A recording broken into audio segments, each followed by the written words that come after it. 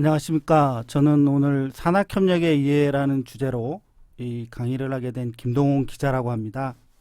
반갑습니다. 제가 한 10년간 지난해 책을 하나 냈는데요. 산학협력에 답이 있다 이래서 10년간 발로 뛰어 쓴 산학협력 이야기입니다. 우리나라의 이 산학협력이 제가 2011년도에 이 기자로서 대학을 보게 되면서 이렇게 여기에 이 산학협력 발전에 뭔가 좀 기여하는 것도 제 인생에 큰 의미가 있을 것 같다라는 생각이 들어서 올해 이제 11년째가 됐네요. 저는 석가불식 최근에 본 단어인데요. 이 산학협력이 씨가일은 먹지 않는다라는 뜻인데 아마 우리나라 대학에 그리고 우리 경제에도 이 석가가 산학협력이지 않겠는가 이런 확신을 좀 가지고 있습니다.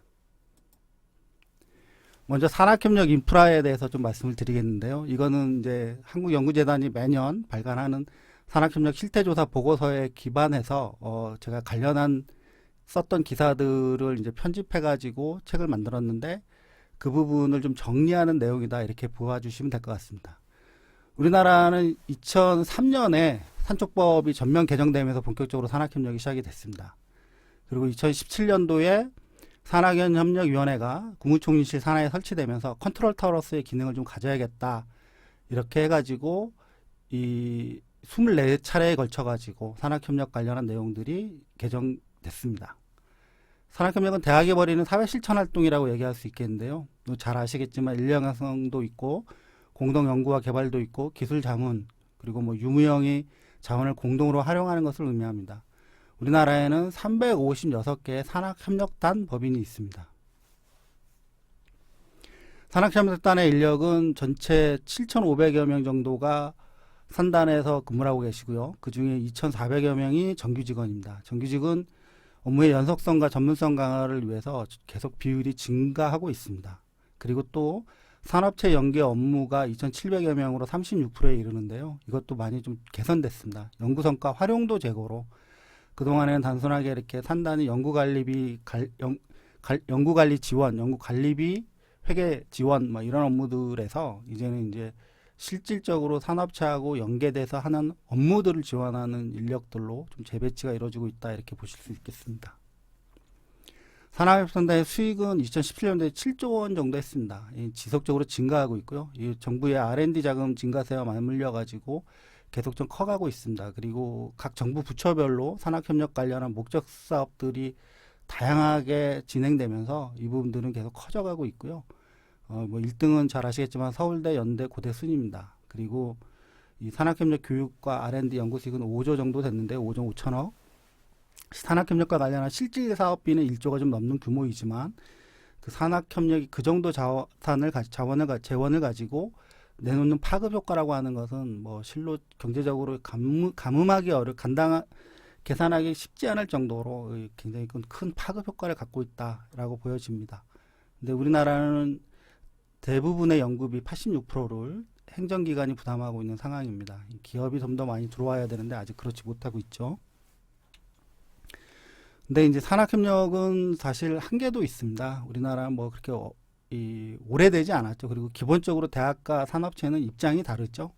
교육기관이고 수익을 내는 비즈니스 기관으로서의 입장이 기본적으로 다르지만 그럼에도 뭔가 협력해서 그 성과들을 이뤄가기 위해서 노력들을 하는데 그럼에도 아직 우리나라는 세계 최고 수준의 R&D 강국임은 분명하지만 그리고 올해 예산이 한 26조, 27조 정도 되죠. 정부 R&D 예산만. 근데 이제 산학 간의 연계, 지식 이전 지수는 세계 25위 수준. 이 부분으로 아직도 좀 많이 산업체와 대학이 협력하는 한계는 R&D 투입 대비 나오고 있지 못하다 이렇게 얘기할 수 있을 것 같습니다. 극복 방안은 뭐 잘 아시지만 산단이 내놓는 보유하고 있는 지식 기술이 사업화 그게 활성화되는 과정에서 뭔가 연구 풍토가 개선되고 R&D 생산성이 높아지는 선순환 체계가 마련되어야 한다. 그럼에 있어서 산학협력단 직원분들의 역량, 관련 교수님들의 역량, 개인의 의지, 학교, 정부의 역할이 굉장히 중요하다고 보여집니다. 의미 있는 사례가 하나 제가 이제 발굴했었던 건데요. 건국대학교 사례입니다. 2011년도에 건대가 사립대학 중 7위, 전체 대학 9위 하면서 13억 원 정도의 기술 이전 수입을 올렸어요. 근데 이게 16년도에 10억 5천만 원으로 빠지기 시작해가지고 쭉쭉 빠져나가더라고요. 그래서 도대체 왜 그런지 제가 건대를 한번 갔었는데, 이 TLO 쪽 업무 담당하시는 역량 있는 직원분들이 퇴사가 원인이었습니다. 좋은 기술이 없어서가 아니었다는 거죠. 결국 사람이 하는 일인데 이 사람들이 얼마나 자기 성의껏 성심껏 열의를 가지고 일을 할 수 있는 풍토를 산학협력단 내에서 만들어내고 있는지, 이런 문제들이었고요. 결국은 좀 많이 아쉽습니다. 지금 건대가 아직 회복은 조만간 회복은 하겠다고 하는데, 지금 현재 2017년도 30위 밖으로 밀려나서 아직 이렇게 순위권 안으로 못 들어오고 있는 상황이라고 알고 있습니다. 잘 아시겠지만 지금 이 링크플러스 사업단 직원분들, 선생님들이 이 강의를 아마 보실 건데요. 가족회사 제도가 있잖아요. 2012년도에 링크 사업이 시작되면서 가족회사 제도를 정부가, 교육부가 요구를 했었죠. 그러면서 뭐 가족회사가 숫자는 많은데 허수가 많다는, 뭐 대부분 많이 이제 그런 반상들로부터 ICC, ICC 같은 뭔가 좀 더 긴밀한 협업체, 협력체를 요구했었는데요. 어쨌든 중요한 것은 대학하고 기업이 네트워크를 강화하는 방향으로 가고 있다라는 거죠. 이 네트워크를 강화해가는 게 결국엔 산학협력을 고도화를 실제로 이루는 거고, 산학협력의 성과들을 이뤄내는 걸 텐데, 제가 생각할 때는 협동조합과 같은 수평적인 네트워크, 이게 비즈니스 조직이죠. 이런 조직을 통해서 협력의 수준을 높여가야 한다. 가족이라고 하는 것은 결국 같은 밥상에 앉아서 밥을 같이 나눠 먹는 것인데, 아직 뭐 그렇지 못하잖아요. 어떻게 가족이 정말 될 수 있을 거냐라고 하는 측면에서 보면 공통의 밥그릇을 좀 만들어내는 비즈니스 조직을 만들어내는 형태로 나아가야 한다라는 것이 제 생각이고, 또 요새 많이 그런 흐름으로 네트워크 경제, 그리고 최근에 중기부 장관이 프로토콜 경제도 얘기하던데요. 이런 일련의 과정들이 좀 더 긴밀한 산업체와 대학이 경제 주체로서 네트워크를 강화해가는 방향으로 서로 상생의 길을 좀 찾아가야겠다라는 생각이 듭니다. 전체 가족회사 수는 7만 개인데요. 허수 많다는 거 뭐 다들 잘 아실 겁니다. 근데 중소기업 중앙회가 우리나라 중소기업을 대표하는 이 협동조합 네트워크죠. 근데 여기도 한 7만 개 정도가 있습니다. 좀 이따 다시 말씀드리겠습니다. 경상대학교에 산학협력정책연구소라는 정부 지원을 받아서 운영하는 연구소가 하나 있는데, 거기서 이제 한 2년 전인가 자료 발표를 했습니다. 교육부가 3단계 링크 사업을 준비하면서 이 정책연구소에 가족회사 실태조사를 의뢰했었는데, 거기서 나온 결론이 탐색 비용이 부담스럽다는 거였습니다. 여기 이렇게 보시면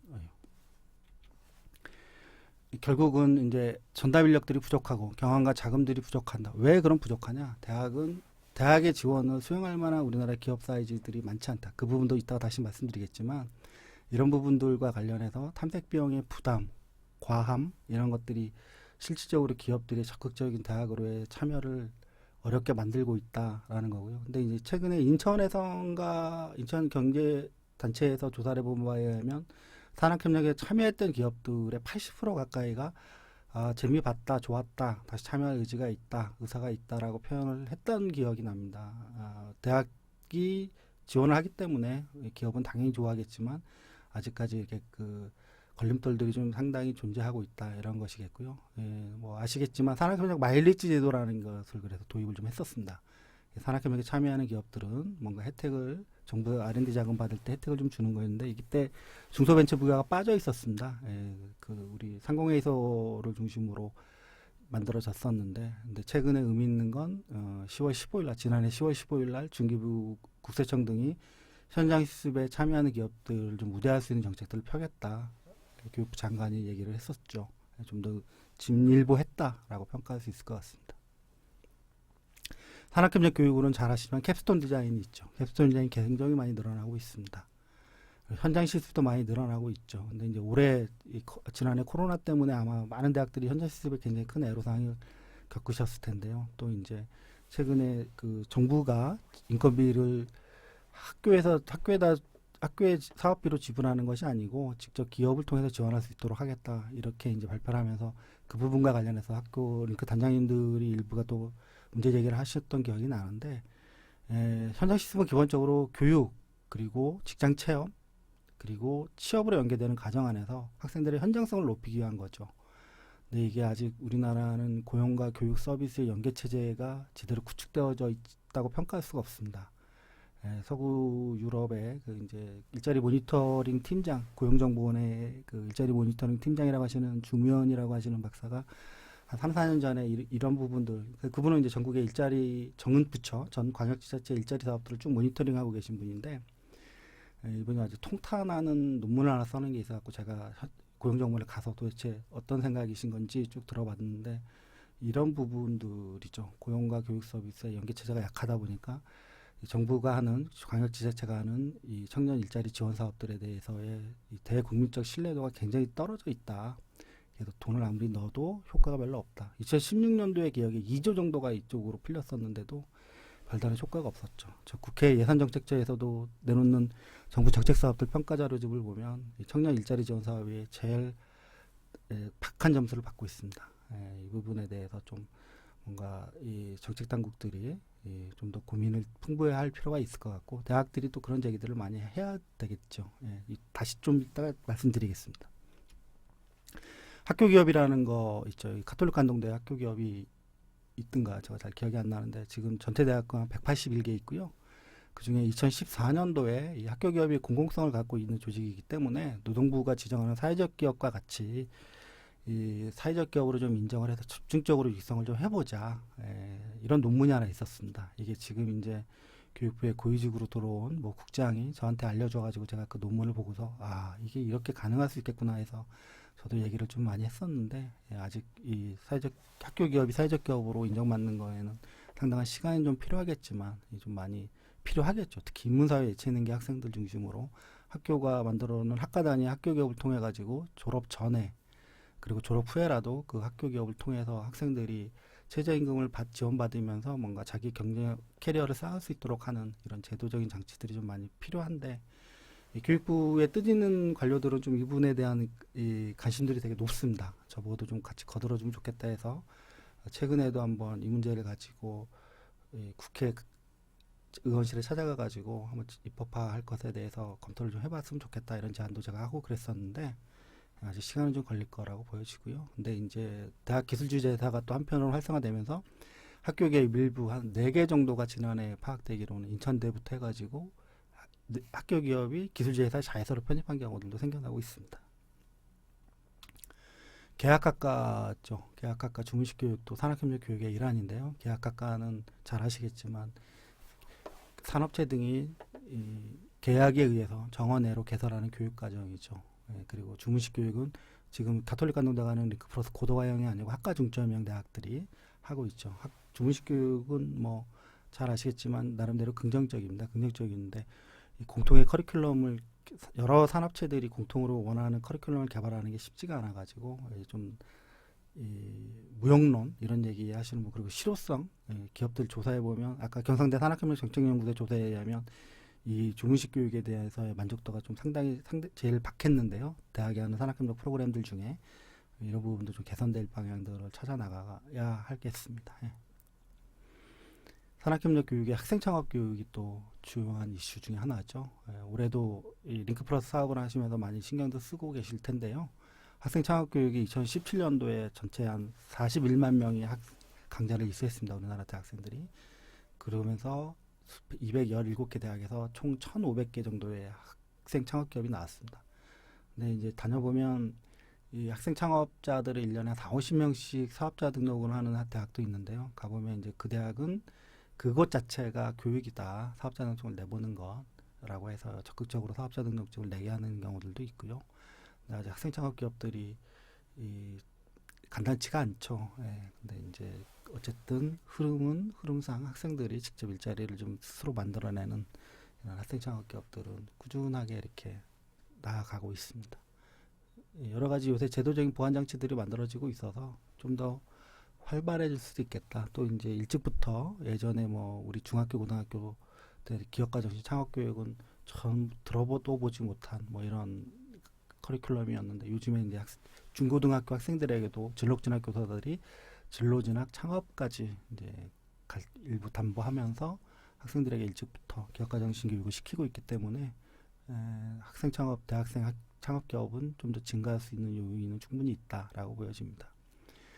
발전과정은 2011년도에 창업선도대학이 15개가 선정되면서 전국적으로 확산되기 시작을 했었고요. 2012년도에 링크 사업이 되면서 창업교육이 또 활성화되기 시작했습니다. 그리고 2013년도에 산학협력단에 창업전담기구를 설치할 수 있는 관련 법령이 개정됐습니다. 이러면서 대학 창업교육 5개년 계획이 발표되면서 창업교육이 이제 대학의 주류 교육 프로그램 중에 하나로 자리를 잡아 나가기 시작을 했죠. 창업지원은 창업보육센터로부터 시작을 했습니다. 산학협력의 성과 중에 대표적인 게 창업이 있는데요. 259개 센터가 지금 창업보육협회에 등록되어 있고요. 이것도 마찬가지로 창업선도대학 11개 2011년도에 15개 대학을 선정하면서 시작돼서 가톨릭 간동대도 창업선도대 사업을 하시고 초기 창업 패키지 등 선정이 되셨는데 이 창업자 발굴, 교육, 창업 보육 업무들을 수행을 하고 있죠. 대학들이. 그러면서 2013년도에 이 중기청이 만들어냈던 민간 중심의 창업 지원 프로그램 팁스가 그때 이제 서울대 기술주지하고 포스텍이 팁스 운영 프로그램 운영 기관으로 들어오기 시작하면서 대학들도 이제 점점 많이 참여 폭이 넓어졌습니다. 제가 정확하게 기억은 안 나는데 지금 상당히 많은 이 대학 기술주지 회사들이 팁스 프로그램 운영 기관으로 참여를 좀 하고 있죠. 대학 기술제도 이따 보겠지만 73개 정도 법인이 지금 만들어져 있고요. 엑셀러레이터 등록되는 대학들도 꽤 많이 늘어나고 있습니다. 그리고 또 정부가 창업지원 예산을 많이 쓰는 만큼 정부 창업지원 각 부처별 창업지원 사업을 대학들이 수행 기관으로 선정된 곳들이 상당히 많이 있죠.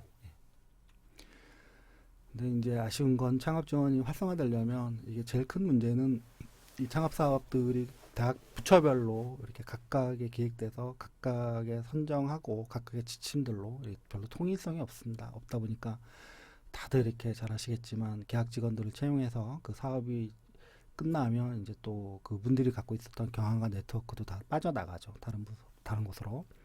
이러면서 이제 기술 사업의 역량이 그 어떤 내재화되기가 참 부족하다. 그래서 이런 부분들에 대해서 제대로 좀 이렇게 기획이 좀 되고 그리고 대학의 정부가 창업 지원 사업 지원 업무를 좀 강하게 요구를 좀 그런 중심을 좀 가지고 할 것에 대해서 윤석영 부산대 3단장 이분이 이제 기술지대 대표도 하면서 창업 지원 당장도 하시면서 최근에 이제 보직을 내놓으셨는데요.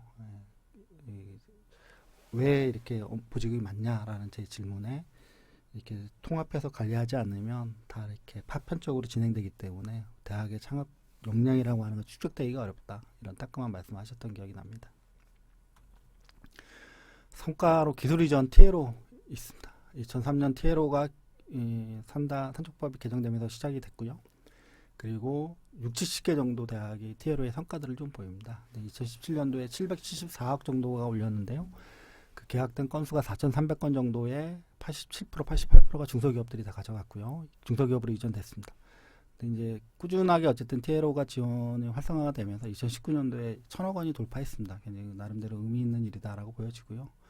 그런데도 아직까지 말씀드렸듯이 산업체와 대학 간 연계 지수, 지식 이전 지수는 굉장히 좀 세계 25위라고 아까 말씀드렸는데 낮은 수준입니다. 그래서 연구개발 투자 회수율이라고 하는 게 2017년도에 1.46% 조금씩 개선은 되고 있지만 여전히 뭐 R&D 투자 대비 회수율이 굉장히 좀 다른 주요 국가들에 비해서 낮은 수준이 있죠.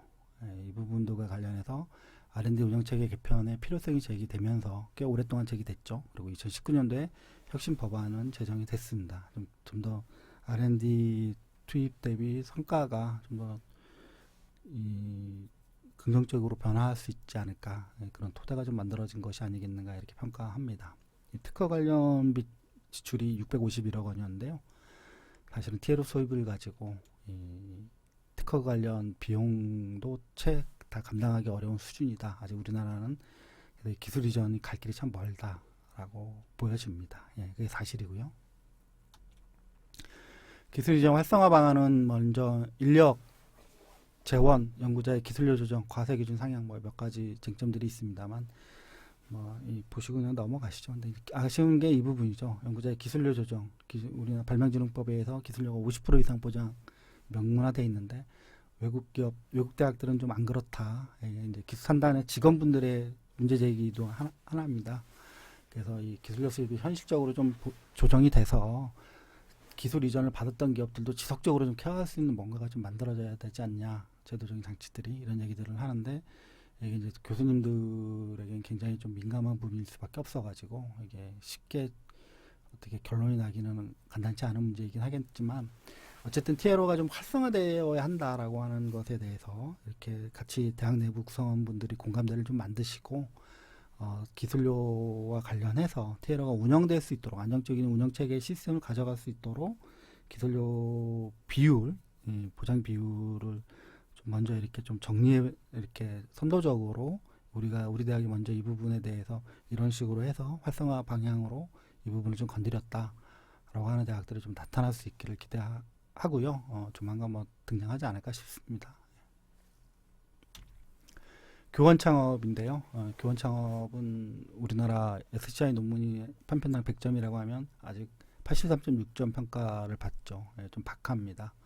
근데 교원 창업은 그 교수님들이, 각 분야의 전문가인 교수님들이 그 갖고 계신 전문 지식과 기술을 활용해서 만들어지는 새로운 혁신 기업이 있죠. 뭐 일자리와 경제적인 가치를 창출하는 긍정적인 효과뿐만 아니고 교육과 연구의 실용성 강화하는 측면에서도 굉장히 긍정적인 변화라고 좀 분명히 보여질 수 있고요. 근데 이제 이 교원 창업이 옛날에 노무현 대통령 시절인가도 활성화가 됐다가 이제 대부분 실패로 끝나는 경험들이 학교 현장에 갖고 계신 분들이 상당히 많던데, 최근에 이제 의미 있는 건 이 교원 창업이 나오면 기술 주제에서 좀 활성화되어 있는 부산대 사례를 하나 말씀드리면, 신규 임용된 교수가 바이오 쪽에 굉장히 좋은 특허 기술을 갖고 있는 것을 그 TLO 직원, 거기는 이제 TLO하고 기술 주제가 겸직을 하는데, 그 담당 실장이 보고 그 교수님을 만나 뵙고, 기업을 만들자. 근데 이 CTO로만 계시고 최대 주주로만 계시라. 경영은 전문가가 들어와서 하겠다. 그리고 그 바이오 쪽으로 전남대에서 오랫동안 일하시던 직원분 한 분을 스카우트해서 거기 CEO로 이제 이렇게 앉히셨어요.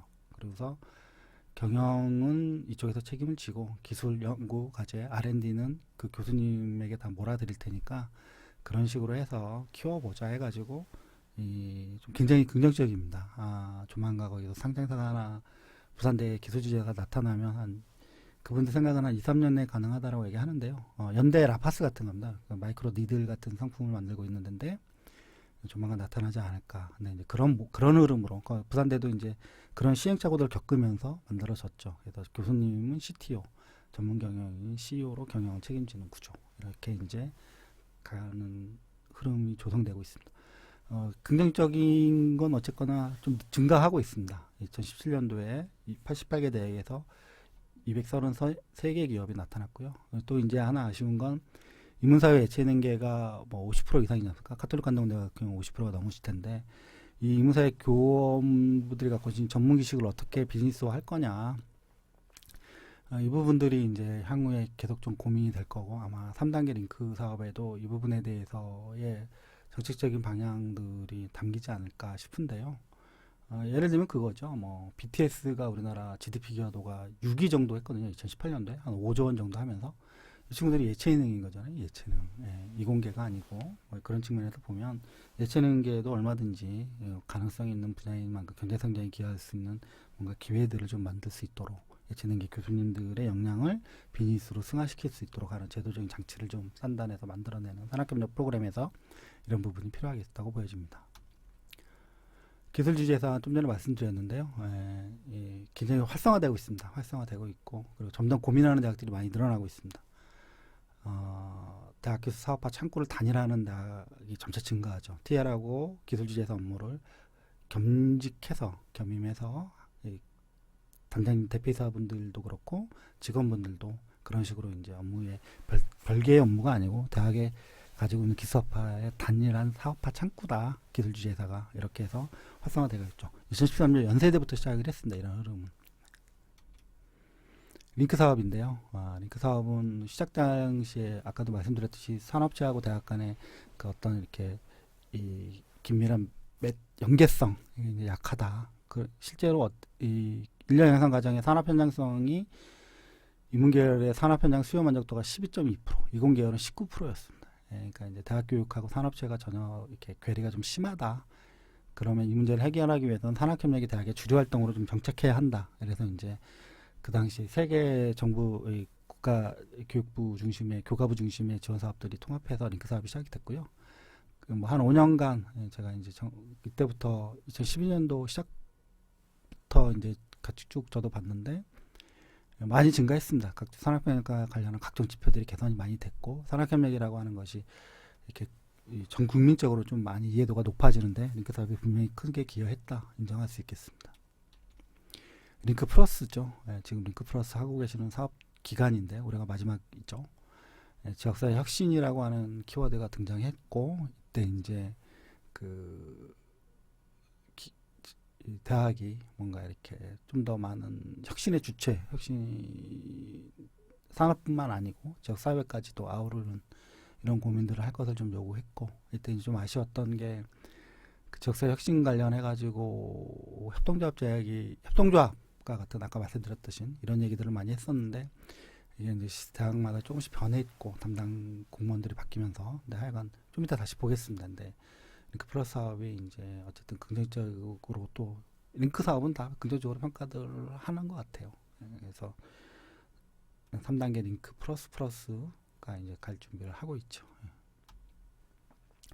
산학협력 3.0 20년 정도 됐고 이제 3.0이다. 링크 플러스도 3단계고 제 나름대로 3단계는 뭐겠는가 보면 이제 사회적 경제입니다. 사회적 경제가 이제 사회적 가치를 통한 경제적 가치 창출 뭐 이런 개념이라고 얘기하는데 이게 사실은 그 기본 정신은 수평적인 연대와 협력이죠. 서로 갑과을의 종속적 수직적 관계가 아니고 수평적 관계로 동등한 입장에서 서로의 상호 협력을 통해서 서로의 건전한 발전을 좀 도모해 가자. 상생 발전해 가자 이런 측면인데 뭐 요새 많이 나오는 공유 3단계 사업의 공유라는 개념 많이 나올 것 같은데요. 공유 뭐 똑같은 개념이라고 얘기할 수 있겠습니다. 사회적 경제는 2017년도 기준에 우리나라 그 GDP의 0.3%를 충족시킵니다. 아직 좀 굉장히 박하죠. 근데 이제 유럽 국가들이 10% GDP 10%까지 하는 나라들도 많이 있고 채태원 SK 회장 같은 경우는 10년 내 10만 개 사회적 기업을 만들어서 GDP 10% 달성할 수 있도록 SK가 가용한 자산은 모두 다 내놓겠다라고까지 공표를 했는데 어쨌든 활성화되고 있는 건 사실이고요. 2017년대 협동조합 기본법 2012년대 발의된 이후에 40개 정도 나왔는데 지금 한 2만 개 가까이 육박하고 있습니다. 관심 있게 보는 건 저는 이 부분인데요. 중소기업 협동조합 이 부분 좀 이따 다시 말씀드리겠습니다. 협동조합의 정의는 이렇게 되고요. 뭐 잘 아시니까 넘어가죠. 레가코프 이게 이제 중기부 공무원들이 2018년도인가 이탈리아 레가코프 협동조합을 볼로냐주 쪽에 있죠. 이탈리아 북부 쪽에 가서 보고 저희들이 깜짝 놀래가지고 결국 우리나라 중소기업 소상공인들은 협동조합 중심으로 가야 되는 거 아니겠냐 이런 얘기들을 갔다 온 이들하고 제가 좀 해본 적이 있었는데 15,000개 실제는 12,000개 정도의 협동조합이 조합원이라고 하는 것 같은데요. 엄청나죠. 조합원 총회하면 못하는 게 없는 조합사들이 못하는 각각의 업종별로 들어와 있기 때문에 못하는 게 없죠. 이제 이탈리아 북부 지역에 그 굉장히 실업률이 낮고 아주 상대적으로 고임금을 받을 수 있는 구조가 이런 협동조합들 중심으로 경제가 운영되고 있기 때문이다라고 해서 뭐 우리나라 공무원들이 중기부 공무원들이 굉장히 좀 롤모델로 삼고 싶어하는 이런 모델인데 뭐 역사적인 배경이 다르기 때문에 쉽게 우리가 이렇게 가기는 어렵겠지만 어쨌든 우리도 이런 지향을 가지고 간다라고는 얘기할 수 있겠습니다. 우리나라 중소기업 협동조합인데요. 57년도에 우리나라 농업협동조합법이 생기고 60년대 초반에 중소기업 협동조합법이 생겼습니다. 그러면서 이제 지금 현재 940개 정도의 협동조합이 있고요. 이 중에 이제 한 개 조합당 76개 정도의 기업이 평균 가입해 있습니다. 그러면서 전체로 7만 개 정도가 되고요. 조합당 평균 매출이 6억 8천만 원인데요. 전체 중소기업 협동조합들이 거둬내는 매출이 6,600억 정도 되는데 그중에 한 3,600억 그 거의 반 이상을 중소기업 협동조합 중앙회, 지금은 중소기업 중앙회라고 있습니다. 이분들이 2005년 6년도에 단체 수의계약이 이렇게 없어지면서 협동조합이라는 용어를 뺐어요. 중소기업 협동조합 중앙회에서 지금 중소기업 중앙회로 바뀌었는데요. 이 조합 상층 중소기업 중앙회는 이제 규모가 좀 큰데 그 단위 조합 940개 조합들은 굉장히 좀 허약한 그래서 실질적으로 협동의 편익이 중소기업들에게 가고 있지 못한 이런 구조다. 우리나라 중소기업 협동조합 현황이 이렇게 얘기할 수 있겠습니다. 근데 이제 협동조합 강국이라 사회적 경제 강국이라고 하는 유럽 국가, 특히 프랑스 같은 경우에는 89개 협동조합에 한 개 조합당 493개가 가입해 있죠. 이 사람들이 걷어내는 매출이 GDP의 7%, 독일도 1인 이상 고용한 사업체 250만 개의 10%, 24만 개가 협동조합에 320개 협동조합에 가입해 있습니다. 조합당 742개예요. 이 한 개 기업당 보통 평균 10명 정도가 직원인데 이 회사가 27억 원 정도 올리는 매출의 절반 정도 13억 원은 조합 내 거래, 조합 본부와 조합 원간 거래로 해서 일어납니다. 그러니까 이제 이 조합 본부가 굉장히 조합사들 간의 긴밀한 협력을 통해 가지고 중앙이 설립되어져 있고 그리고 그들과의 긴밀한 네트워크를 통해서 이렇게 독일의 강소기업 이 히든 챔피언 독일부터 얘기 나왔는데 왜 중소기업이 이렇게 독일이 강한 나라가 됐는가 봤더니 이런 탄탄한 협동조합들이 옛날부터 있었지 않습니까? 길드 그래가지고 이런 배경들을 갖고 있더라라고 하는 것이죠. 제가 좀 강조해서 말씀드리고 싶은 부분입니다. 산학협력 협동조합이라는 건데요. 기억하시겠지만 링크플러스 사업이 시작되면서 2016년도에 교육부 담당 과장이 협동조합 얘기를 상당히 많이 했고 그리고 실제로 그때 협동조합 얘기를 듣고 많은 대학들이 협동조합을 만들고 근데 이제 많이 실패도 했습니다. 근데 마지막 차 올해 띄우겠다 RCC, RCT 조직들 중에 일부를 이런 대학들도 꽤 여러 있는 것으로 제가 봤는데요.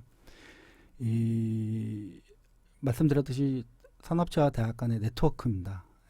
수평적 연대와 협력을 위한 네트워크 강화 이것이 이제 산학협력 고도화로 이어지기 위한 매개체 인프라의 요소가 될 건데 이 협동조합 기본법에 의해서 설립됩니다. 5인 이상이면 되고요. 중소기업과 대학 구성원이 그리고 이것은 중소기업자들만 모여있는 중소기업 협동조합과 달리 그 조합 내에서 플랫폼 기능을 수행할 수 있다는 거죠. 대학과 기업은 수요자이거나 때로는 공급자의 역할들을 하지요. 산학협력 프로그램 안에서.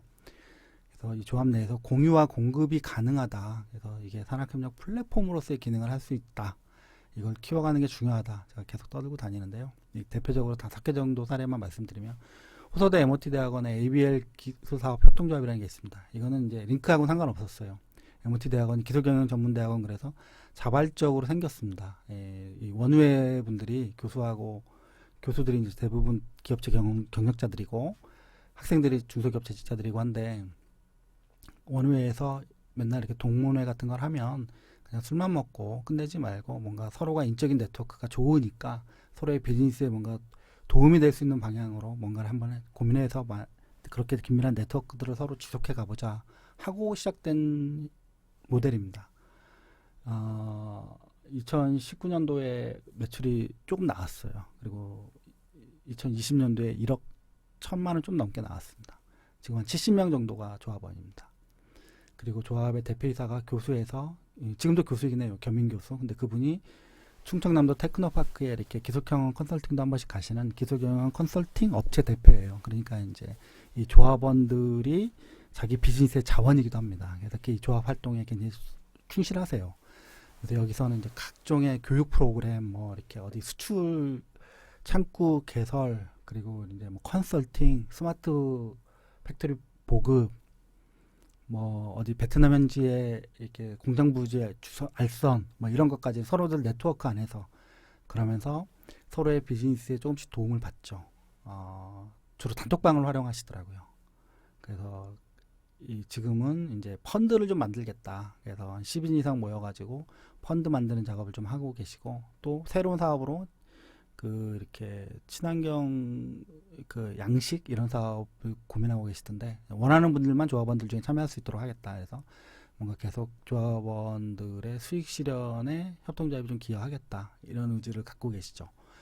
제가 이 모델을 보고 이 산학협력 협동조합의 가능성을 저도 목도를 했는데요. 아직 등장한 지 얼마 되지는 않았지만 이분들은 굉장히 자부심도 좀 갖고 계시고 나름대로 그리고 확신을 많이 갖고 계십니다.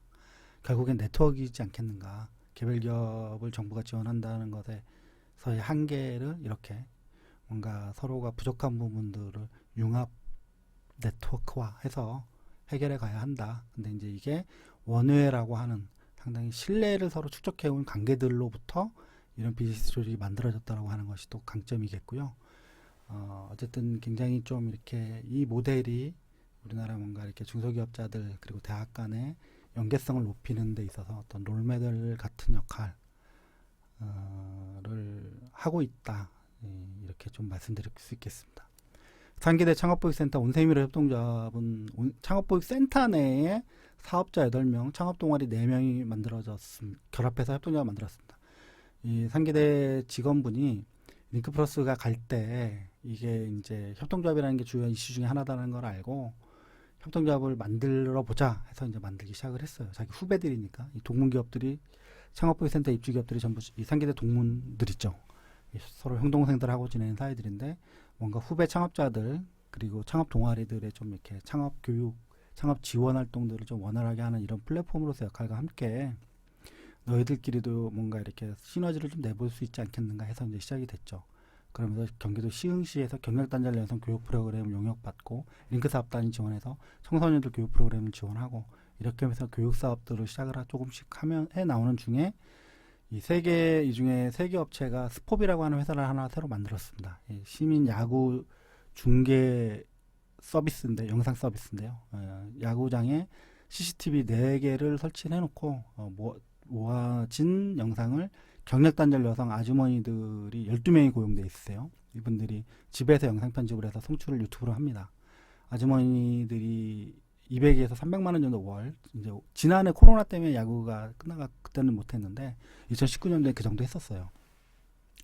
그래서 뭔가 이렇게 모아놓고 같이 교류와 협력 활동을 뭔가 고민하는 과정에서 새로운 비즈니스가 좀 창출이 됐고 그리고서 그것이 또 이렇게 기존의 경제단절 여성들을 대상으로 교육해 오던 것이 교육으로만 끝나는 게 아니라 그분들에게 실제로 일자리로 연결되면서 굉장히 아주 훌륭한 모델이 하나 등장했습니다.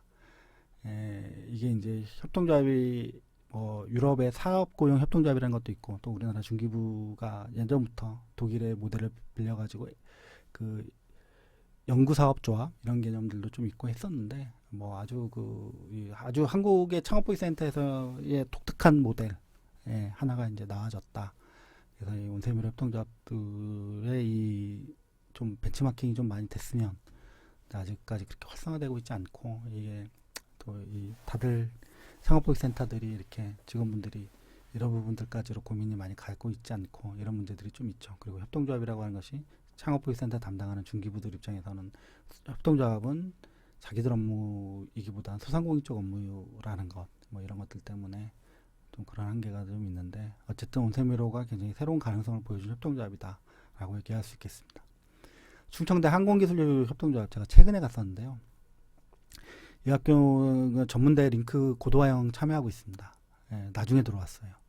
근데 이제 이 협동조합 얘기를 알고 이분들이 기존에 학교에 있던 항공기술 교육원이 있었는데 이것을 협동조합화 해야겠다 그러면서 그 충청대가 청주에 있습니다. 청주공항에 있는 기업체 한 군데랑 그리고 산단위 법인조합원으로 참여를 했어요. 이 기술교육 협동조합에. 그리고 총장이 이사장으로 개인 자격으로 참여를 하고 있고 기업체 한 군데랑 그 관련 교수랑 총장이랑 산학협력단 법인조합원이랑 해서 구성을 했는데 이분들이 지난해 8월에 항공기술 전문 교육기관으로 인정을 받았어요. 4년제 대학만 받을 수 있었던 건데 국토교통부가 이제 교육부터 산단위 조합원으로 들어와 있기 때문에 산단 시설, 인력, 자원 충분히 다 활용 가능하고 그리고 기업체가 들어와 있기 때문에 취업으로까지 연계된다 이래가지고 굉장히 좋은 모델이다 해서 평가를 받았다고 합니다. 그래서 이 학교 입장에서는 이 협동조합이라는 거 하는 걸 만들어놨더니 아주 대학의 새로운 어떤 성장 동력을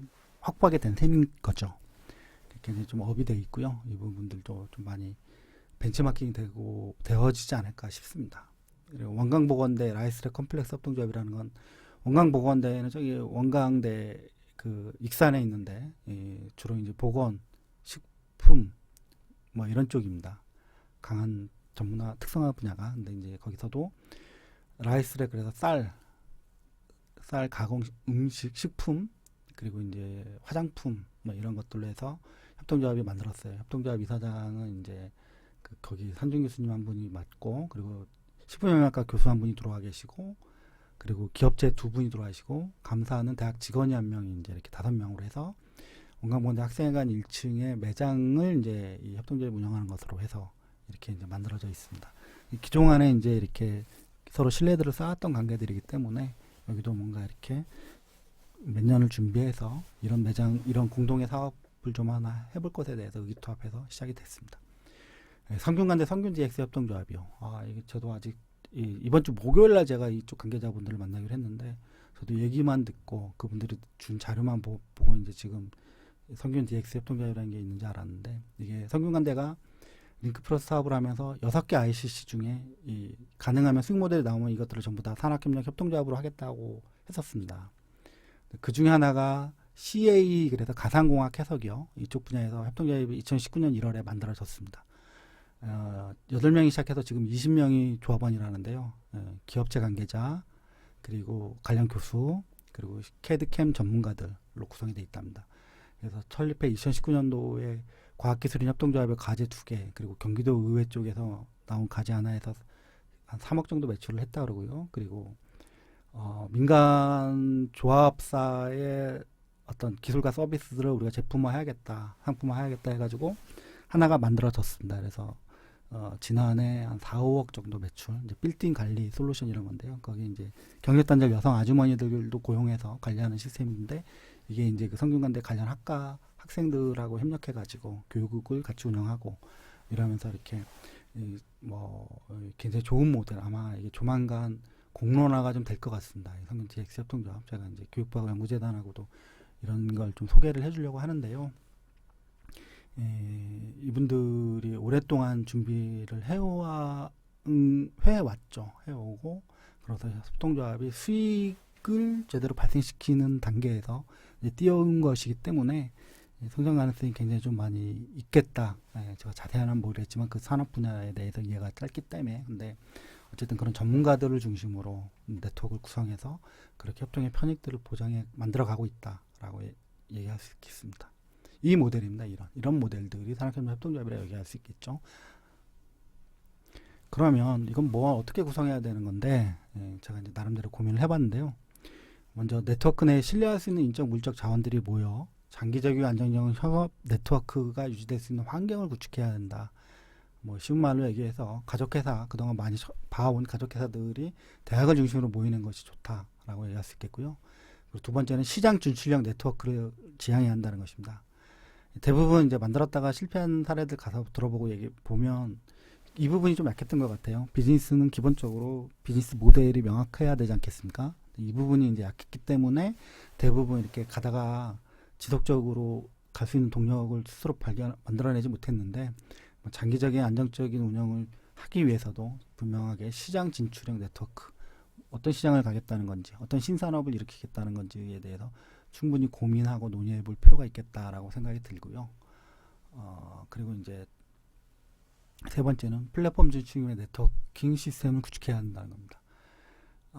협업 대상에 대한 이해, 정보가 기본적으로 넓고 깊고, 이건 오랫동안 봐온 사람들이기 때문에 그러겠죠. 그리고 이것이 공유되는 플랫폼으로 구축함으로써 협업 수요에 대한 적극적인 대처가 가능하다. 그러니까 우리 내부 안에 네트워크 안에서 누가 무언가를 원한다고 하면 즉시 대응할 수 있는 형태, 이런 형태로, 그러면서 계속 수요가 새롭게 창출되면 공급이 늘어나고, 공급이 또 질이 좋아지면 새로운 수요가 발굴되는 형태로 해서 계속해서 덩치를 좀 키워가고, 그 안에서 다양한 성공 스토리들, 사례들이 만들어지도록 하는 이런 방식으로 구축하는 게 좋겠다라는 거고요.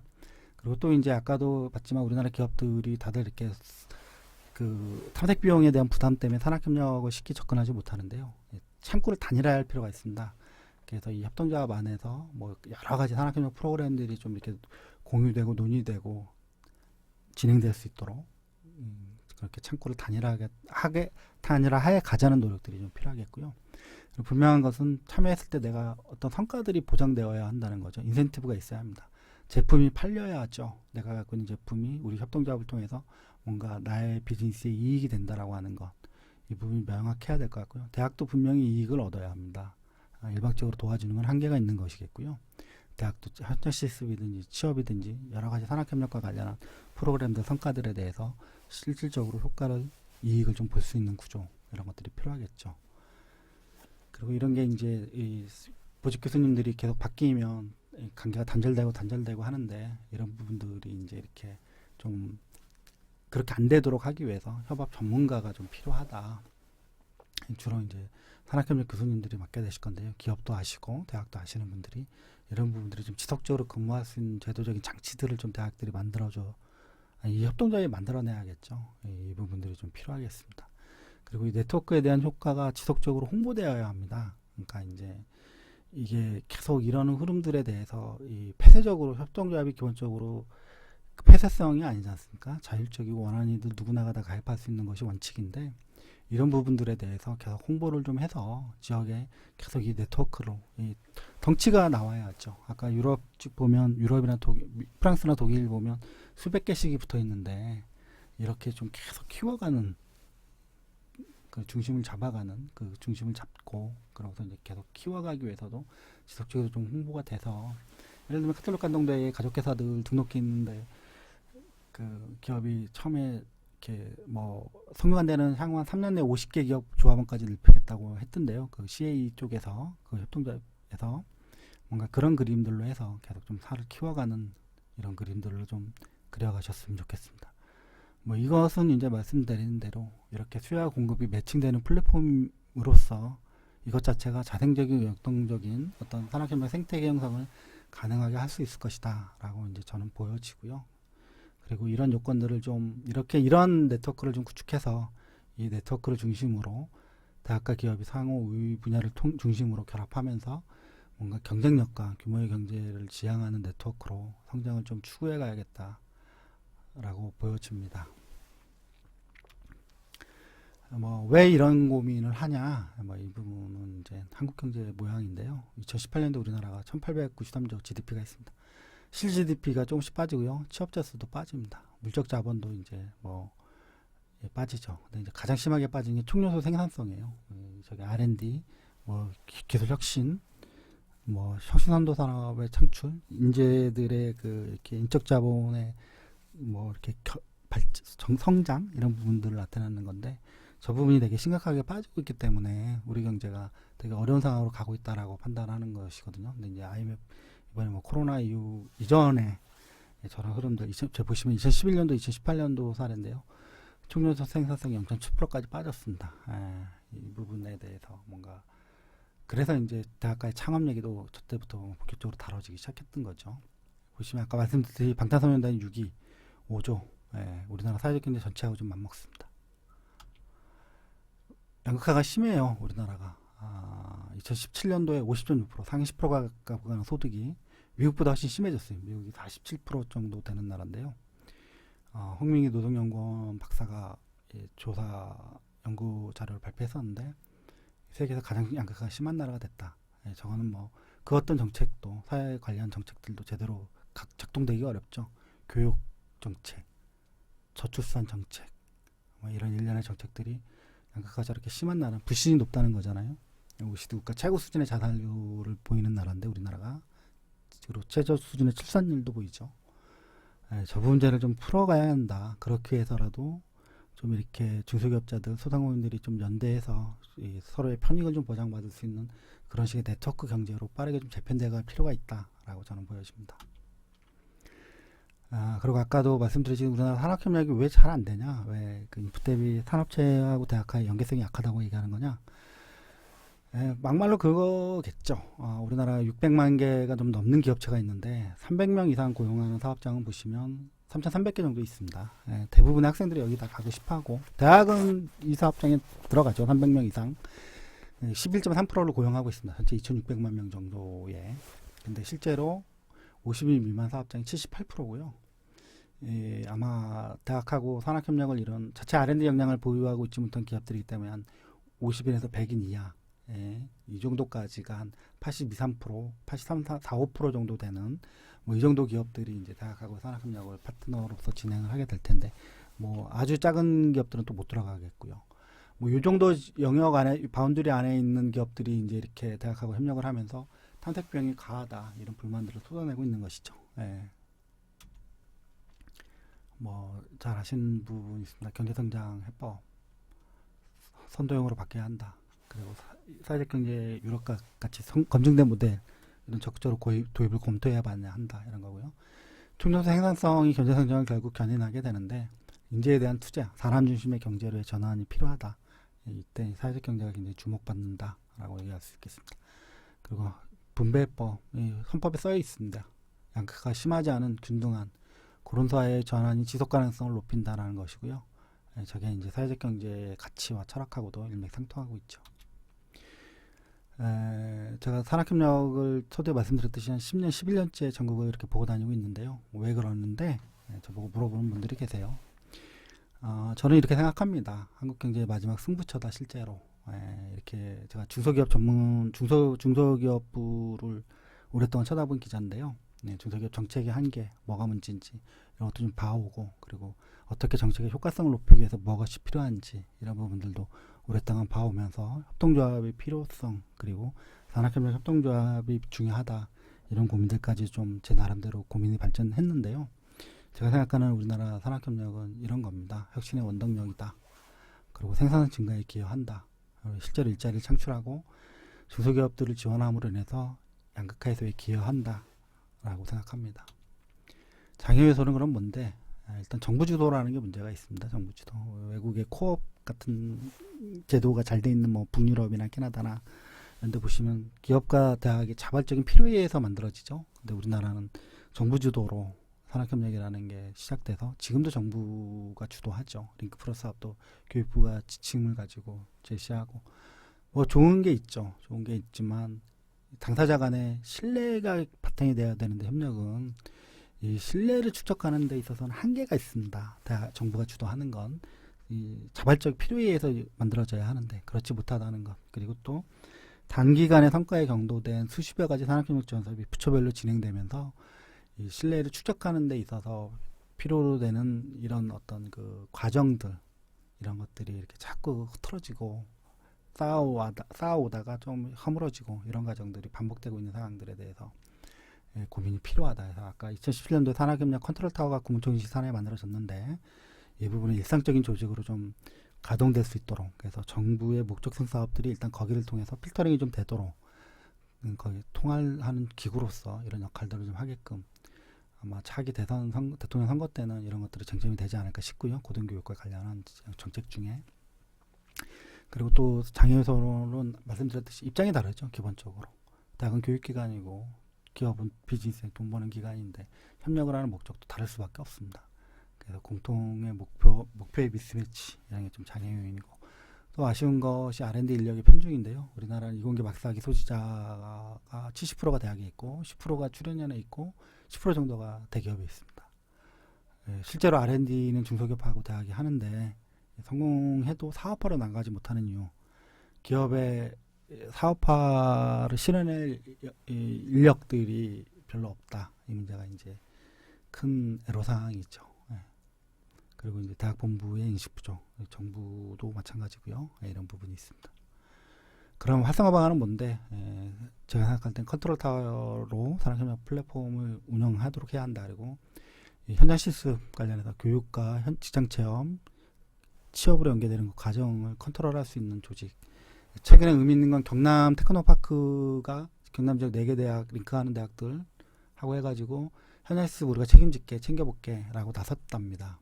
그러면서 테크노파크 기업도 알고 대학도 아니까 중간에 이렇게 연결 고리로서의 역할을 좀 하겠다 해서 뭔가 이렇게 현장 실습을 내실화 좀 하는데 나서겠다고 했는데 뭐 계속 굉장히 의미 있는 시도일 것 같고요. 얼마나 효과 있게 잘 될지 모르겠습니다. 근데 테크노파크가 해주는 게 제일 좋을 것 같아요. 제가 생각해도 전국의 테크노파크가 국비 그리고 중앙정부, 지방정부 지원을 받아서 운영하는 조직들인데요. 이쪽에서 좀 이렇게 그 중기부가 소관으로 이제 배치가 됐는데 유사 중복 업무들이 산하기관들이 꽤 여러 개가 이제 난립되어져 있습니다. 근데 이제 그 중에 큰 중심을 테크노파크는 이런 쪽으로 결국 중소기업들이 원하는 건 필요로 하는 건 돈하고 인력인데 인력을 좀 안정적으로 공급해주고 수급을 조달할 수 있는 이런 체계, 이런 정보들을 갖고 있는 조직으로 태권도 아파트가 기능을 하더라도 굉장히 큰 의미가 역할이 있을 거다라고 보여지고요.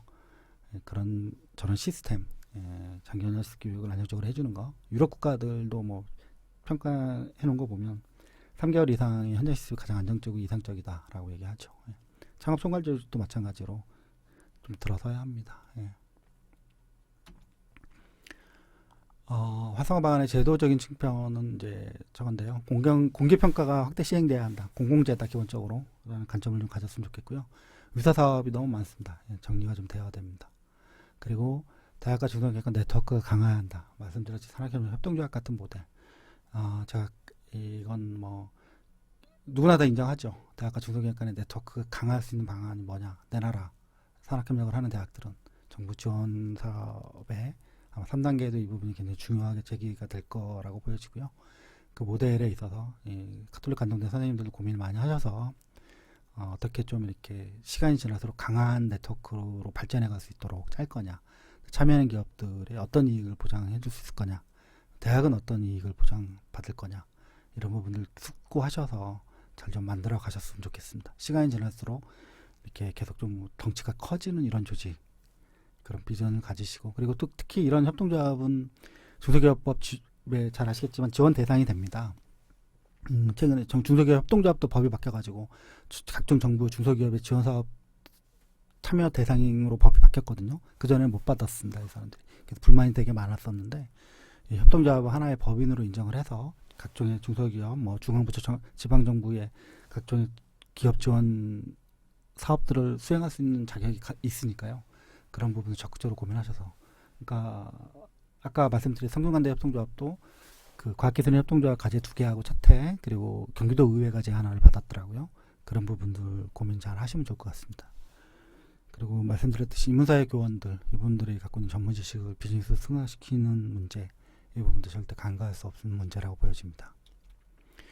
인적 자원과 관련해서는 직원들 처우 개선이 좀 필요합니다. 계속 전문직으로 많이들 이렇게 가고 계시지만, 뭐 대학도 당장 다들 어려워졌는데, 네, 좋은 분들이 좀 계속 있으셔야죠. 더 많이 들어야 한다. 산학협력은 계속 커질 것이기 때문에 대학들이 좀 선제적으로 저런 부분들 고민을 좀 적극적으로 해주시면 좋을 것 같습니다. 제 생각엔 교원 정년들도 조정을 좀 할 필요가 있습니다.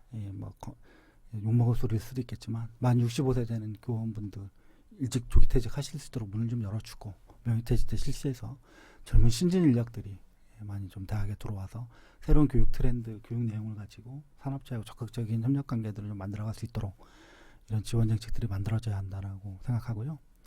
공무원들이요, 뭐 잘 아시겠지만 수시로 바뀌죠. 수시로 뭐 1년 단위로 이 교육부 림트크 담당하는 과장도 바뀌시는 것 같은데, 이래가지고 전문성이 쌓일 수가 없죠. 이 부분과 관련해서 계속적으로 얘기하지만 이게 참 쉽지 않은 문제인데요. 우리나라 관료조직이 이런 부분들에 대해서도 좀 이렇게 많이 고민이 좀 되어져야 한다라고 생각을 합니다. 이상으로 제 강의를 그러면 마치겠습니다. 감사합니다.